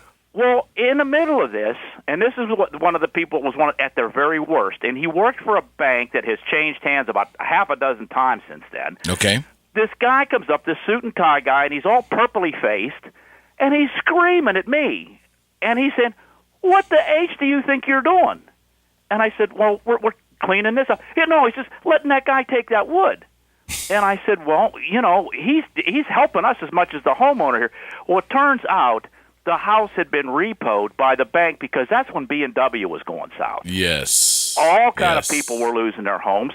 People were trying to take their insurance money and build a house somewhere else, and the insurance company wouldn't let them do that. They had to rebuild on the site. I mean, I saw so many bizarre things. I bet. And he said, you have to get something for that wood. You can't let that guy take the wood. Oh, my goodness. So I looked at the guy and I said, "You heard him." He said, "Yeah, okay, I understand." So we drove away and left all these cut-up trees all over the property. I believe it. Oh, yeah, I believe it. Nothing's that. And listen, man, it comes to banks, and a lot of them write mortgages that my clients, use. So I have to be careful what I say this. But your story does not surprise me at all. Not at all. Right, and there were other bankers, and there were some insurance people out there, honest to God, they were head and shoulders above what they needed to do. Absolutely. Trying to help these people out. I mean, it was the most devastating thing in their life. Everything they owned was gone. Right. You know? Right. And this guy's mad. And this guy's mad because there's the guy's hauling firewood away, basically. Yeah, and he didn't even want us loading it into trucks. There's different municipalities that donated the services to dump trucks. No, you leave everything here. The bank owns all this. So I'm sure at some point the bank probably had to pay somebody to go out there and clean that up. There's no question. It was out of spite. The whole thing was out of spite. It was ridiculous. Sure. Okay, so anyways, now the important thing, baseball. Yes, sir. Okay. No, my name's Charlie. My father's sir. Okay, Charlie, lay it on me. Okay. I have no clue how to manage a baseball team, and neither does Clint Hurdle. Okay, so you and I are on the same side, and we are not. Our views are not shared by most of the staff here. You realize that? Well, here's the thing, and I like Greg Benedetti. I didn't get to hear him on the Sports Slam this morning because I didn't get out of bed in time to get the radio turned on. But anyway, I'm sure the opening segment was about the Pirates, and it was. Hi, Charlie. I'm here. I was on the Slam too. Matt's here. Matt's here. I didn't hear you either, Matt. Okay, that's okay. No, he's a Hurdle fan. I'm letting you know that right away. So go ahead. well, here's the thing, and this is where I'm going to. I am not disagreeing with Greg just because he's not there. It's just I'm disagreeing on a commentary that he threw out there last week, and a lot of times Greg and I agree to disagree. Sure. And probably Matt and I too. Sure. Right. Okay, but here's the thing. Greg took the stance, trade 2/3 of the team. Keep McCutchen and keep a couple other, keep Cole and get rid of Jay Hay and get rid of all these people and get rid of David Freese and all this and that and have a fire sale and start rebuilding. Okay? Mm-hmm. I have watched those absolutely miserable AAA teams, AA teams that the Pirates trotted out there in 20-some losing seasons, and the talent was marginal to say the best. Right. In my opinion, there's some pretty good, solid, young and middle career talent on that team. Yep. And I think Clint Hurdle, he's not a bad guy, but it's like, okay, you got beat 13-2. Okay, the pitchers give up 8 home runs. We booted 4 ground balls. Shower it away and come back out tomorrow. At some point, shower it away has to turn into a kick in the butt and say, what is wrong with you guys? Yep. And let me throw you my 2 cents too, because you're probably on the same page as me. I don't feel the type of ship that Clint Hurdle runs has helped the teams, and I mean that even going back to 2013, 14, even 15 to agree. Listen, there's something to be said about running to be a player's manager. There's something to be said for that. However, when you look at the poor fielding that this team has, the poor fielding now, and we've tried to shore it up. I know, Rodriguez is an acquisition, but we don't have the right people in the right positions. We just don't. Let me tell you something. When you're starting Max Moroff, okay, and when we have a subpar starting catcher, based for a lot of reasons, Cervelli, when he can't play, you're bringing Chris Stewart, who's batting a 168, who would not make any other MLB roster right now, not one. And you have a potential future catcher and a potential superstar in Diaz there, potential anyways. You're not going to play him. His judgment, Hurdle's judgment, and I think the kind of ship he runs is not helping the Pirates. It's just not. I cannot believe the base running errors. I can't believe, and if you want to say, oh, I blame that on the player, that's only half the story. Punish the player. Embarrass him publicly. Don't coddle him. Right. This is not a Little League team. It's not a Little League team. He's supposed to be a base running wizard. And I can't see it. They're still running into outs. They're still making stupid. I mean, you got a guy getting picked apart. Polanco, and I've been accused of picking up. Polanco gets picked off of third base on a walk. Yep. Come on, man. Little League, you're taught what to do, and the thing is, and they have this segment. I believe it's on Wednesdays, and the Rock talks to the hitting coach. Right. Okay, and I don't catch it all the time, but I catch it occasionally. And he actually alluded to the fact, And I'm not picking on Polanco. Everybody is what they is. I have my strengths, you have your strengths, and we all have our weaknesses. Sure. Matt doesn't have any weaknesses. He's strong right down the line. That's true. I'm just saying that because he didn't jump in and yell at me about my thing about her. He's biding his time. Don't worry. I'm waiting for it. I'm waiting for it. But the thing is, the hitting coach. The hitting coach says he did not say that Polanco has a learning disability. He said he's not. He's talking about the different coaching of different people. He says I can't coach him. I'm paraphrasing. Sure. With words. If I can't show him a video, I heard that. he can't. Okay, you heard it too. I did. So to me, if it's a play that they haven't captured on video, they can't coach him out of his mistake. I know it was the most. It was absolutely the most ridiculous thing I think I've heard a coach say ever publicly. I scratched my head the moment I heard. I'm going, you have to be kidding me. They didn't vet that problem out when he was in the minor leagues or instructional league. Are you really? Well, I heard a dumber one a few years ago when hapless Gene Lamont was the manager, and they were talking about an injury to a player, and he says, and again, I'm paraphrasing, oh, it's his right arm or his left arm, I'm not sure. So the glove's on one hand, and you throw the ball with the other hand. Which arm did he hurt? Oh, my goodness. Yikes. Well, okay, Matt, your turn to yell at me. Yeah, no, Matt. Seriously, let me hear it. Honestly, like I know Eric joked about me being a Hurdle fan, and I do like Clint Hurdle, and I feel like it. A lot of it's not on him. It's just a matter of the talent that Nutting and Huntington have picked up is just not as good as they would expect them to be, and and Greg actually made a very good point this morning, saying they're trying to build on the cheap, and they're trying to assume that because they, actually I think it was John Maynard that said it, they thought that for themselves for a few years they were, cheaply getting themselves, 90 win seasons, and they thought, oh, we can keep doing this, and they just can't do it. No, they can't. That. They got lucky. And here's the thing about baseball too, and it's absolutely the truth. The Dodgers right now are not as good as their record.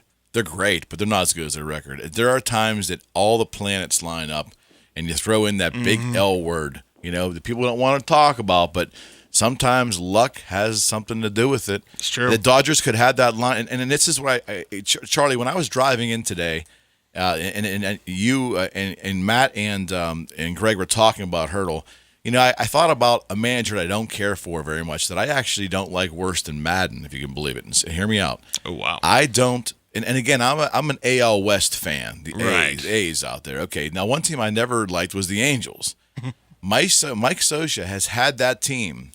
He is the longest reigning manager in baseball right now. He's been with his team the longest. Yeah, I guess he would be, yeah. That payroll is insane, okay? Mm-hmm. They don't win. No, they don't. They do not win. You have Mike Trout. You got Albert Pujols. You have Greg. You have Calhoun. You have players that are extremely talented. Houston Street's still with them, right?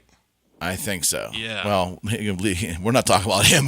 My point, he was a good at one time. My point is, here's another example of a manager who obviously can't get it done with a payroll twice what the Pirates have, maybe 3 times what the Pirates have. He can't get it done. So, they tolerate him. I can see Hurdle and Huntington, being here a long time. I can, because think about it. If the owner if the Autry family still owns the Angels, they're keeping Mike Scioscia around for a long time, and he's done nothing. Yeah, that's true. You're absolutely right. And, I'm old enough, I can remember managers like Sparky Anderson. Me too. Sparky Anderson. Yep. That's a lost breed, man. That's a lost breed there. I call it Marvin Lewis syndrome, is what it is. Marvin Lewis. That's basically what it is. You make a good point. There's some of these guys that can't find their backside with both hands, and they continue to pick up a paycheck to quote-unquote manage a team. No, it's happened. And to me, Scioscia's the most egregious one of all. Great MLB catcher. I'm not saying he's not a knowledgeable guy, but at what point in time, does he not have the managerial administrative skills to do that job? When are they going to admit that? That rally monkey that they had when the Angels had that one shot in the early 2000s, the rally monkey, that thing has been on life support now for 16 years. That thing's practically dead. Yeah. I just don't understand. And listen, Scioscia will have that job as long as he wants. And I'll tell you how you could look right now at the Dodgers and think about this. Just think about this. Bellinger wasn't there. But during the Mattingly era, it was basically the same players. Do you see the difference of a quality manager, a good manager? Mattingly leaves, he gets replaced, and now they're like insanely good. Now, there's a lot of luck in there too, because think about it. I mean, the Dodgers could have had injuries this year and been decimated. Mm-hmm. It hasn't happened. Kershaw's out for a bit, but still hasn't happened yet in a big scale. So you have to have that intangible of luck. And the overall point I was making was Pirates had luck in 14 and 15. What year did they win the 96 games? 98, it was 15. 15. There was a lot of luck, especially at the end of that season. A lot of luck. But they were exposed in the playoffs. They were exposed. Well, and here's the thing too. Here's a guy that they had then that they don't have anymore was Jim Benedict. Yes. And Searage, and I've said this before on this show even, Searage gets the credit for being the guru. He's the psychiatrist. He's the one that goes out when the pitcher's just giving up, back-to-back home runs and tries to get the kid calmed down and, focused again. But I do believe it was Jim Benedict that poured over the video, brought those people in, brought the aging pitchers, the A.J. Burnett's and the people like that in, got their mechanics straightened out, and he's gone. Correct. That's not the only problem, but that's just a myriad of things that have happened. There's no question. Do you also think that Hurdle falls in love with the player too much? I think that happens, and I wonder sometimes if he's reluctant to pull a pitcher when he's obviously 2 or 3 batters past when he should have been out. I often wonder does he just like this kid? He just doesn't have the heart to go out there and pull him, or is he just a bad manager? I will tell you this. I can't speak to the pitchers too much, but I will tell you what's the big pitcher we had to send down again who struggled up here? Glasnow. He definitely left Glasnow in games longer than he should, and I think that wasn't good for his psyche. The kid got lit up. And I also feel like Max Moroff, Chris Stewart, Hurdle has an affection for these guys. And he's a humanitarian, and probably one of the nicest guys that ever managed the Pirates. I mean, I'm going back to Murtaugh days. One of the nicest guys. Nice guy. But that's not what they need right now. I think the team was undisciplined. I think defensively at times they're exposed as being pretty bad, and base running is atrocious. And those little intangibles, man, if you're hitting on all cylinders, that's another 5 or 7 wins right there. Mm-hmm. Right. Well, I will close since you mentioned Danny. I'll close with a Danny Murtaugh story. Okay. He had a pitcher named Vernon Law, who was a personal favorite of mine back in the 1960s. Yep. And Vernon Law was a devoutly religious man. Yes. Okay, he was a deacon in his church, didn't drink, didn't smoke, didn't swear, and he walked the walk and he talked the talk. Correct. All right. There was a situation back in that era, more so than today, that if one of your players got plunked, you hit the first batter the next inning. Yes. Well, I can't remember which Pirate got hit. But Danny Murtaugh, Vernon Law was pitching, and he looked at Vernon Law, and he says, you hit so-and-so with the first pitch. And, Vernon Law says, turn the other cheek and, forgive and all this and that. And Murtaugh said, with the amount, I don't remember, he said he was going to fine him so much if he didn't hit him. And Vernon Law said, he who lives by the sword dies by the sword. And you're not there and hit the guy. Right. The manager got through to the player. Yeah. No, I get that. I get it. I totally get it. Different style completely. And I know we all don't like Joe Madden. And Joe Madden loves the spotlight and loves to think. Joe Madden is the Bill Belichick of the MLB. That's about right. But what I'm saying to you is, here's the thing. It's hard to argue against his success. So, no matter how much he irritates you and you love to see him lose, in the end, he's successful. And you know what? Hurdle has not been. Even in Colorado, man. He hasn't been. Yeah. It ain't cocky if you can do it. Yeah, and he can't do it, at least not to this point anyways. Yeah. I mean, go drink with the guy and have a pizza. I'm sure he's the nicest guy on the planet. It's not a personal thing, but I'm just not impressed. Not impressed. You guys stay safe. You too, boy. Always. Thanks for the call, partner. Yep. Appreciate it. All right. And you think you can get on to one more? Yeah. All right. Absolutely. Let's go to the phone line. Good morning. Hello, you're on with Eric McKenna. Hey, you there? I guess not. That's all right. All right. Call back. Try again. Want to go to break? Yeah, we'll go to break since we. That's good. Hey, this is the Eric McKenna variety show. Yeah, this is full on Power Hour mode right now. The Power Hour. Yes, we're in the second hour is the Power Hour. That's right, friends. You're listening to Your Personal Realtor here on Beaver County Radio, 1230 WBVP And 1460 WMBA, we broadcast live from the Gina Drapery and Blinds factory studio here in downtown beautiful Beaver Falls, even in this rain. I am your host, RE/MAX Advanced Realtor Eric McKenna, joined by my good friend and producer behind the big board, Matt Durzik, and I promise you, we'll be right back.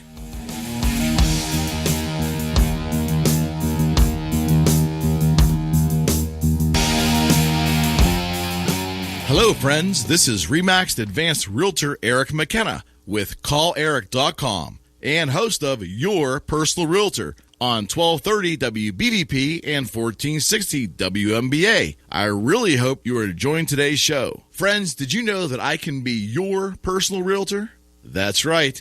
If you're looking to list your home or buy a new home, call or text me today at 412-613-4466. That's 412-613-4466. Or send me an email at sold@calleric.com. That's sold@calleric.com. I just love it when listeners become clients. So why not contact me today and let me put my social media advertising to work for you. Together, we can reach your real estate goals. This is your personal realtor, Eric McKenna, with RE/MAX Advanced Realtors and CallEric.com. River City Brass returns to Old Economy Village for another evening of joyous music on August 20th, beginning at 5 p.m.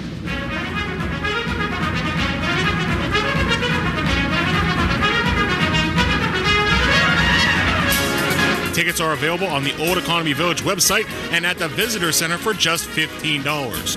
River City Brass will perform in the gardens, and guests are encouraged to bring a lawn blanket or alternative seating. Bring a picnic basket and your favorite beverage and enjoy a beautiful evening at Old Economy.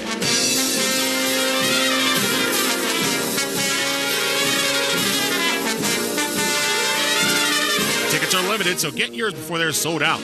In the event of rain, this event will be moved to the historic Feast Hall. River City Brass, 5 p.m. at Old Economy's Village Garden, Sunday, August 20th. Hurry and get your tickets now, available at the Old Economy Village Visitor Center or visit the Old Economy Village website. A night filled with music you won't forget. Check us out at beavercountyradio.com. Woo!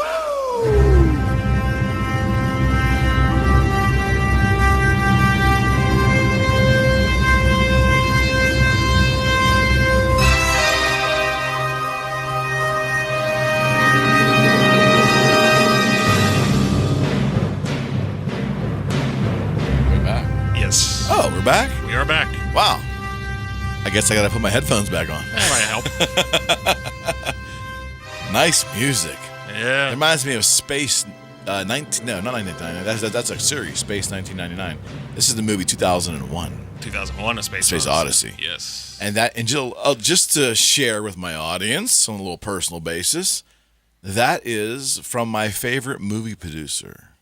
Oh, Stanley Kubrick. Absolutely my favorite. Huh. Limited amount of work, but each movie uniquely different. Hey, I mean, I'd rather have, do a few films that are classics than do a bunch of, films that are just, crap. Well, the one movie about Dr. Strangelove and how I learned to love the bomb. So I kind of watched that like 10 times before I still don't get it. My mom and dad tell me I had to have lived through that era to really understand what it was all about. But he did a historical piece, I think, with not Robert Redford, Ryan O'Neal. You gotta look at one of his movies in the 70s. It was based in England. It was a long movie. Mm-hmm. Can't remember the name of it, but everything that guy has done was amazing. Stanley Kubrick, and he died during his last movie, Eyes Wide Shut. Right. And I loved the movie until the ending, which was just utterly ridiculous. And I think what I heard was Sidney Pollack, who was also in that movie, who has since deceased as well. It was kind of his protege to some degree, and Sidney finished the script for the movie while it was being filmed. So the end of Eyes Wide Shut, the movie Eyes Wide Shut, we either love it or hate it. It's not what we really guess what Stanley wanted. A little trivia for you. So there you go. Friends, welcome back to Your Personal Realtor with Eric McKenna. Special Saturday edition here at Beaver County Radio. We are typically on Wednesdays from 2 to 4. Have a lot of fun with my regular producer and adopted co-host, Sir Frank Sparks, who let's talk about this for a second. Frank is getting ready to do a live remote, and I believe it's 12:30 to 2:30. Yes. And we are celebrating the 67th anniversary of the Beaver County Humane Society. That is today. correct. And he is going to be on location at the Beaver County Humane Society. There might be cake there. I heard there might be a birthday cake. Yeah, some birthday cake. I heard that. Opportunity to adopt a loved one. Mm-hmm. A beautiful, loving pet. Yes. At the Humane Society. But Sir Frank Sparks, Mr. Beaver County Radio himself, will be on location there from 12:30. And he'll be there with the master himself, 2:30. Ed Hermick. Ed is there as well? Ed is going down there. Wow, and former personality of this here station, Mr. Mike Romai, who is involved as a director of that. Yeah, I believe he's now like the head fundraiser. Okay, I'm not sure what the exact title is, but he is. Mike will be down there. I mean, they had a nice crew down there, and I just may head down there before I go to my son's baseball game. Check it. Oh, it's free cake, Matt. Come on. Yeah.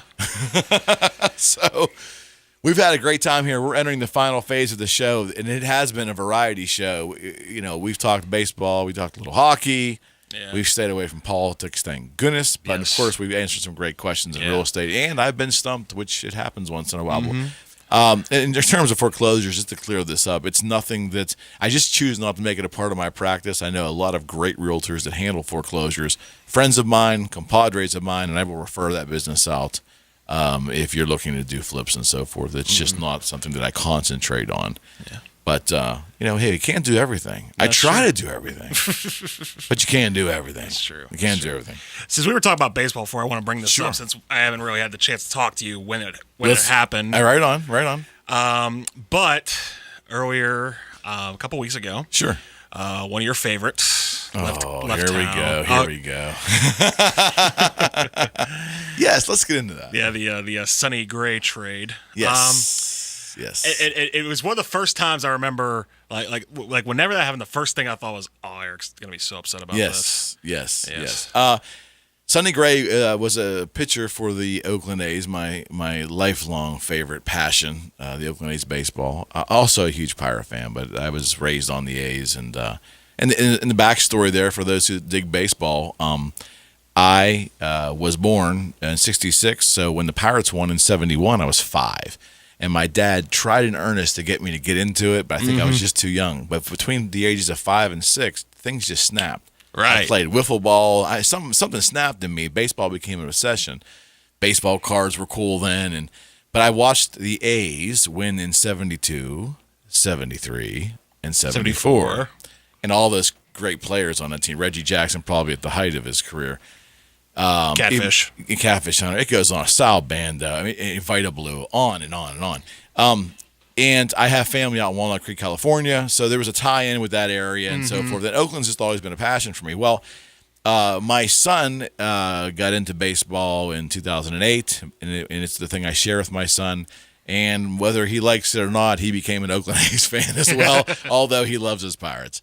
But Sonny Gray was a first-round draft pick out of Vanderbilt for Oakland, and he pitched his very first game when the A's played the Pirates in 2013. Oh. He came in for a relief role, and we went. My son and I were there, sitting in box seats, and we get those. And we anticipated because my son is he's a fantasy kid. I mean, he loves the fantasy baseball. He knew of Sonny, and he had followed Sonny's career at Vanderbilt. So it's really exciting. And, of course, Sonny came in, struck out McCutchen, struck out at that time, I don't know if it was Alvarez. I think it might have been Alvarez. Struck out 2 out of the 3 yeah. in the one inning he came in, and we were all excited. And ever since then, Sonny Gray was immediately the ace of the staff. And then in 2014, when the A's had that run in the early season, they were like the Dodgers of this year until the end of the season. They lost it all. Right. We've always followed this kid, Sonny Gray, great pitcher, not to belabor the point, but heartbreakingly so. He was traded to, of all teams. I mean, I was praying to be the Pirates or be the Indians. We heard it may have been the Indians at one time. Right. But it was the Yankees. The Yankees. The dreaded wallets. Yeah, and I just can't find myself to root for the Yankees. I can't. I got a lot of friends, a lot of bandwagon friends who love the Yankees, of course. Well, see, the reason I bring it up is because after that happened, I had already bought tickets because whenever me and my brother, because me and my brother love baseball too. Sure. And we sort of have made it a goal to see all 30 teams, and we're very close, actually. I think he's one team away, and I think I'm two. Gotcha. And so but one of the teams we had to cross off the list yet was the Yankees. Cool. So I was like, all right, let's just, and we made the move to go that Thursday night because the rest of the weekend was so expensive. It was just like, let's not even think about it. Let's just get the. And Sonny was pitching. That's the thing. I didn't know Sonny was pitching.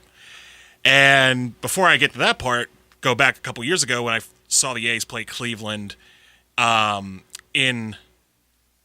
Cleveland. In Cleveland. I was there. It was July 12th, 2015. And Sonny pitched. Yeah, Sonny pitched a I was complete there. game. I was there. Yeah, so you remember that game. And they won. The A's won. Was it 14 or 15? In 14, the A's beat them 15-1. Oh. And Sonny pitched that game as well. Yeah, but that next year. I'm talking about the 2-0 game whenever it was a complete game, and he was up against Kluber. Mm-hmm. Well, they had scheduled Gray for that night when the Yankees were going to come into Cleveland. It's like, okay, so I'm going to see Gray, and I wonder if he's going to play Kluber again. It's like, no, he's playing, I think it was Salazar. Yes, it was. But the night before, I guess they got rained out in Boston, so the rotation shifts. So what ends up happening? The rematch: Kluber versus Gray.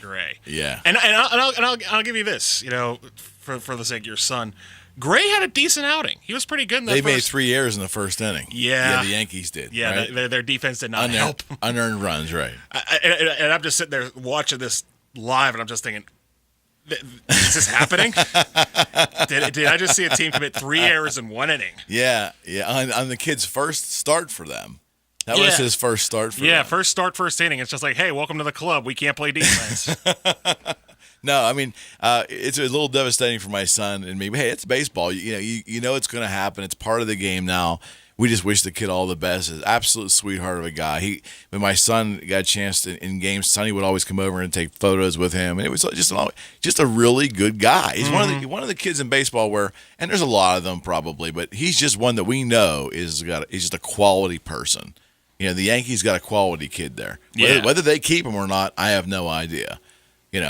But you were at the game. I was at that game. Yeah. I was way up in the back. Okay, we actually went early and we were in the outfield for batting practice. And Matt Joyce was throwing balls too. It was cool. We had a really good time. Very and we had A's stuff on. Right. And we went down. We sat right next to the A's dugout, right next to it. So we were on the rail.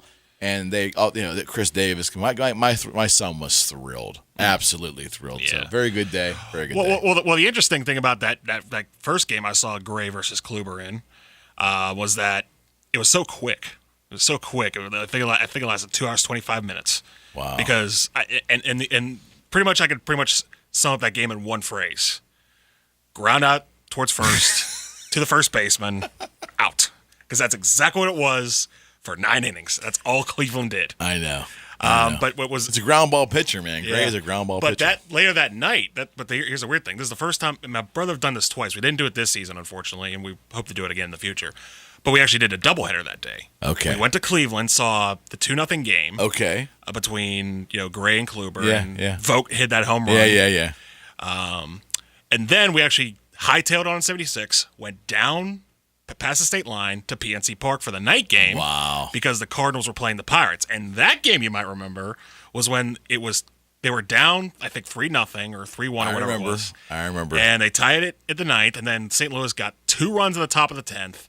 And everyone thought it was like, oh, okay, the streak's over. At least they're going to be, 3.5 games out of first going into the break. And that's fine. It's fine. And what happens? They come back. I know. They come back. I know. Yeah, and that's the beauty of baseball, and it's funny. I have a lot of friends that are how do I say this? A lot of friends who are football fans. And I respect that. I like football too, but they don't get. But they hate baseball, and I don't know how you can hate baseball. That's like, you're American. This is an American pastime. Oh, it's too boring.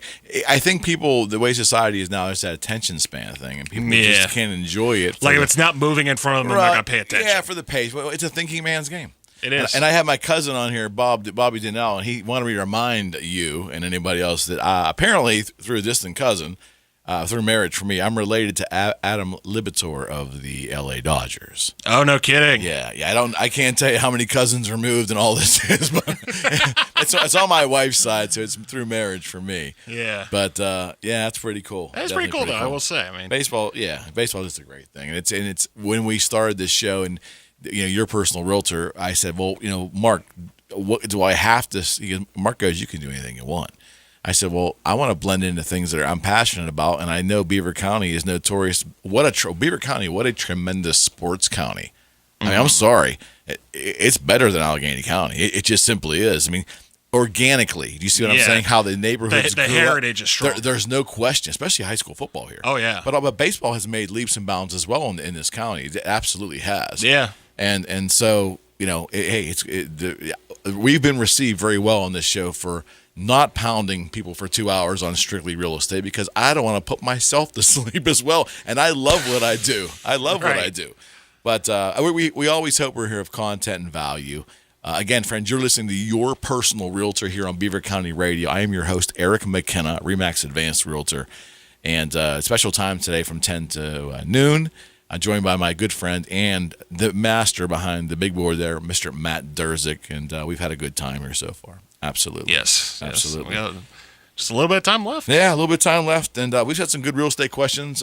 Foreclosures, again, I wish I could be more help. I just don't deal with that. I don't do exclusive contracts either. As a big thing I said with my prior broker, Howard Hanna, who, I mentioned on a prior show, when I moved over to RE/MAX, another extremely fun organization as a whole, and our franchise with Mr. Mark Handlovich and his wife Patty have opened their arms to me, and they've given me this incredible opportunity as an agent to run my business, my advertising, to support this show. Okay, I couldn't be happier. But I always say that I'm a very, very proud Howard Hanna trained agent, and that means a lot because Howard Hanna is a tremendous brokerage.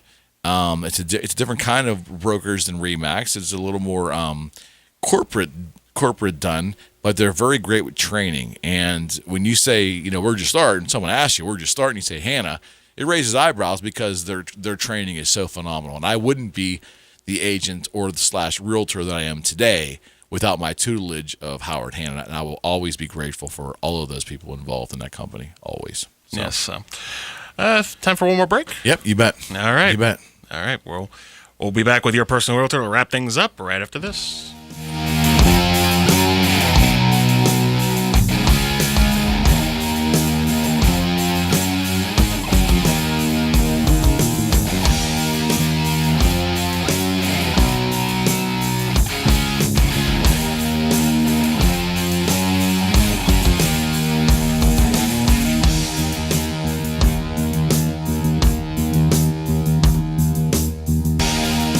Hello, friends. This is RE/MAX Advanced Realtor Eric McKenna with CallEric.com and host of Your Personal Realtor on 1230 WBVP and 1460 WMBA. I really hope you are enjoying today's show. Friends, did you know that I can be your personal realtor?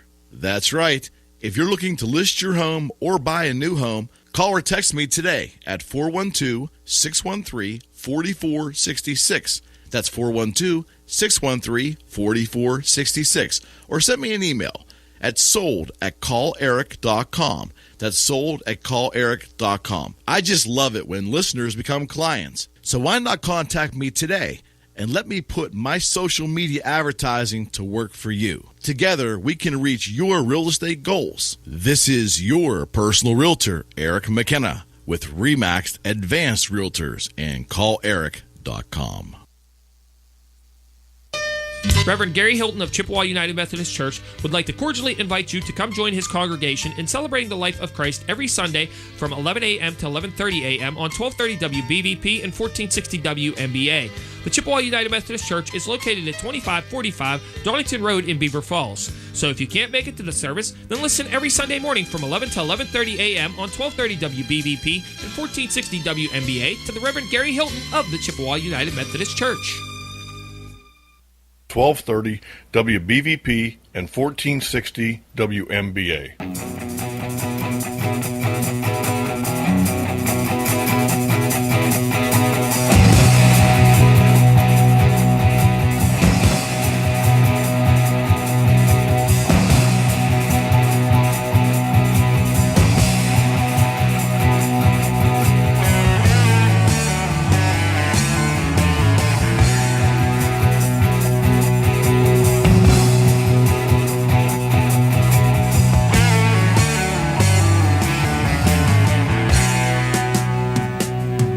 right, we are back for the last segment of Your Personal Realtor with Eric McKenna. Whew. My good friend Matt Dursick behind the big board. Matt, thank you so much today, my friend. No problem. I've enjoyed it. Yeah, a lot of good synergy going on here. We've talked baseball. We've talked a little hockey early on too, and of course we talked some realty. And no, it's not a variety show, but we sure run it that way. We really appreciate you making us part of your Saturday. I can't ask for anything more. When I think variety show, I'm thinking something along the lines like the Gong Show or Merv Griffin, or maybe I need a gong back here. Have you seen the new one? No, I don't watch a lot of TV. I mean, honestly, and I can't blame you. Honestly, I don't either. But one night I was just relaxing, let my phone charge, and my brother just happened to be watching that show. Sure. The Gong Show. Sure. And honestly, I think it's one of the few game shows on ABC that actually is tolerable. Okay. Only because the format is so weird that you sort of get that the awkward feeling of what's going on here. Sure. But man, it was just the one I was watching. It was just so. It was kind of dismal because they had Jennifer Aniston on, and I went on. That might have been a reason to watch. I missed that one. Well, see, that's something you and Frank would agree on, and I understand that perspective personally. But she is such a fake personality. Yes. Like anytime she was just like, oh, she was like trying to get I mean, she was trying to force out emotion. Like it was like watching someone like a running back trying to break through the offensive line. I never was speaking about her acting ability. Well, I understand that. I understand. She's a good-looking 50-year-old woman. Let me tell you. She is. I'll admit she is. There's no question there. But I'm sorry. Like if I was like on a date with her and she started doing the I would say check please and bail. That reminds me of the whole Friends era there. That I didn't partake in that much. I was a Seinfeld guy. I watched that. Oh yeah, Seinfeld over Friends any day. Yeah, and the reruns are just as funny. And I look at that and I go, that's one of the shows where you watch in reruns and usually the humor doesn't hold up over time. It holds up there. Yeah. Larry David was a genius. Mm-hmm. He absolutely was a genius. Friends, this has been a good show. It's been we had no format. I came in with Matt, and Matt looked at me. What are we going to do, Eric? And I said, we're just a free for all today. It's a free for all. Free for all Saturday. Free for all Saturday. 2 days in a row. Yeah, and I was a little hint in here. I'm kind of liking the Saturday again, Matt. I'm liking the Saturday. Yeah, just that needs to be explored maybe. There's so much we talked about in the last couple of weeks. We talked about dual agency and why I don't do it, and that's obviously when a listing agent also represents the buyer when a buyer comes for a transaction, and why I find it fundamentally impossible to give my full attention to both sides. It's not fair. So I don't do that. So if I have a listing and someone calls me and wants to see the house, I do show them the house. And if they're so excited they want to put an offer in, I will contact another agent in my brokerage and offer their services. And that way there's an autonomous relationship. I'm not representing the buyer. And I've had so many, it's funny, of all the topics I've talked about, Matt, I get so many emails and texts about that. And it's a reaffirmation that I'm doing the right thing by not doing dual agency, because the people are telling me that their experiences of having that, and it's usually on the buying end, where they'll go to buy a house and they'll just simply use the realtor on the sign. They feel like they didn't get the realtor's attention. They didn't get the service that they wanted to do. And, that's a reaffirmation for me. And that's good, because that's feedback I've gotten from my listeners here, that what I'm doing in my practice in that regard is the right thing. I take that fiduciary responsibility to my clients seriously, and I'm not going to share that with another client in the same transaction. If my seller tells me, Eric, we got it up for $200,000, I can't take more than $175. That's my bottom. I just can't do it. So I know that now as his agent. But now a buyer comes along and wants me to submit an offer for them, and the buyer goes, well, Eric, if you're going to represent us, then, I want you to be our agent. Okay, so what should we offer? I can't do that. I in good conscience can't do it. Don't know how agents do it. I'm assuming it's done ethically. It's definitely legal in Pennsylvania real estate law, but I just don't understand how it's ethical. And that's something that you, good people, our listening audience and my Facebook audience have reached out to me to tell me your stories. I'm not going to say they're horror stories or anything. It isn't tragic, But many, many, many of you have told me you felt that you were not represented well, and that's a mistake. So what I want to leave you with today, just on dual agency, to reiterate it one more time, my stance is I don't believe in it. My advice to you, if you're buying a home, certainly I'd like you to give me a call, 412-613-4466. I'd like to be your personal realtor. But regardless of who you enlist to be your realtor, do not enlist the agent who's listing the home. Get your own agent, your own realtor. Hopefully it's me, but if it's not, that's okay too. I just want you to have your own agent to represent you. Go in there and, I don't like this word, but to go in there and fight for you, to go in there to be aggressive for you in negotiations and helping you with inspections and just being on your side the whole way. And I use this analogy. If my wife was divorcing me, I certainly wouldn't use her attorney to represent me, right? Right. It's as simple as that. You want to have your own representation. Don't make the mistake that so many make all the time.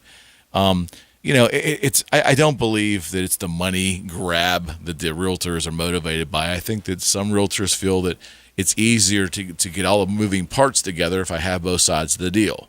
They honestly believe that, and maybe logistically it can be, but it's not the best interest of the consumer. It's not the best interest of both your client, the lister, because you're now dividing your loyalties, and it certainly isn't the best interest of the seller, because naturally you're more inclined to lean your loyalties towards your original client. You can't give your best to both sides. I don't care who you are.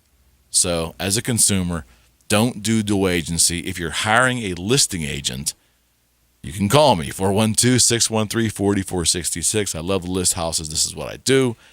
But if you choose another realtor, ask the following question. Say, Miss Realtor, Mr. Realtor, before I hire you to list my house, I do have one very important question.